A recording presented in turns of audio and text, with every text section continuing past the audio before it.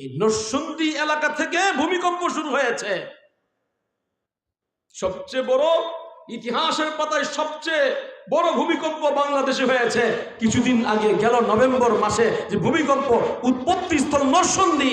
আমি আপনাদেরকে বলতে চাই, তওবা করুন, ইস্তিগফার করুন, নিজের বিবিকে হেফাজত করুন, নিজের মেয়েকে হেফাজত করুন, জিনা থেকে বেঁচে থাকেন, মোবাইল থেকে বেঁচে থাকেন, ড্রিম হলিডে ওখানে যাওয়া থেকে সতর্ক থাকুন। সে কিসের পানি, ওয়াটার আছে, কি আছে, সেখানে নাচ গান হয়, এগুলো সম্পূর্ণ জাহান্নামের আযাব। আর কথা ঠিক না ঠিক বলে ড্রিম হলিডে, এটাকে উঠে ফেলতে হবে এখান থেকে। হ্যাঁ, সারা বাংলাদেশ থেকে যুবক যুবতী আসে, এখানে অন্যায় করে, অপরাধ করে, আর আযাব আসে আপনাদের উপরে।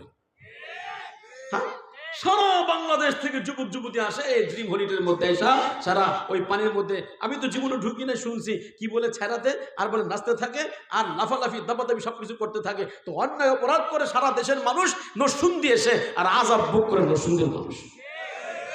আপনাদের উচিত এটা বন্ধ করে দেওয়া, এখান থেকে সরাও।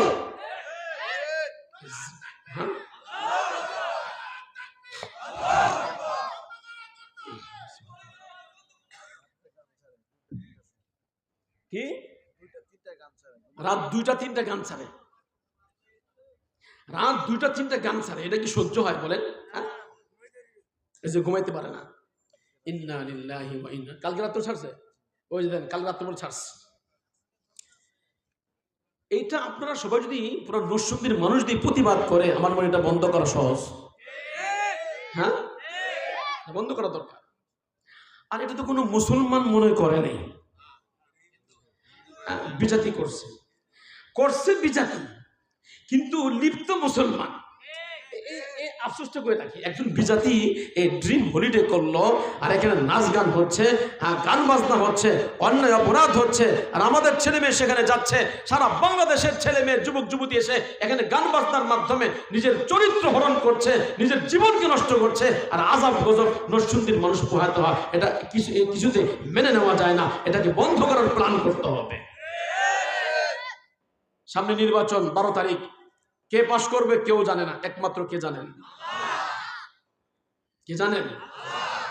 বিএনপি ক্ষমতায় আসুক, আর বাকি অন্য দল ক্ষমতায় আসুক, অথবা জাতীয় সরকার গঠন হোক।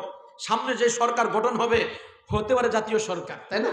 সব মিলে জুলে, বিরোধী দল আর থাকবে না, সব মিলে জুলে এই একটা হতে পারে, অথবা বিএনপি হতে পারে, অথবা অন্য দল হতে পারে। কারণ 12 তারিখের পরে বলবো কোন দল জিতছে আর কি হবে, এখন বলতে পারবো না, কারণ আমি তো গায়েব জানি না। কি আমি গায়েব জানি? আমি গায়েব জানি না কোন দল জিতবে, কি হবে না হবে। কাজেই সামনে যে সরকার গঠন হবে, আমরা সরকারের কাছে এটা আপিল করব যে আমাদের এই দেশের মধ্যে একবার না দুইবার না বারবার ভূমিকম্প হচ্ছে, এটাকে, এই বিপদটাকে এখান থেকে সমুদ্রের পানি নিয়ে যাওয়া হবে। এদেশে এই বিপদ আমরা রাখতে চাই না।